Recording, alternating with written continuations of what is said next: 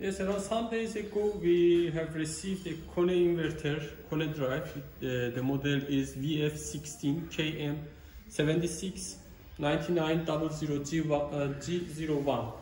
There was a problem at that inverter. Our technical experts analyze it and find the problem, and after that, after troubleshooting, we repair it.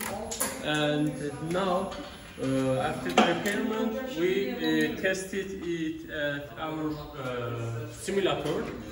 Now the inverter is working normally, and we are going to send the inverter to the customers, to our customers.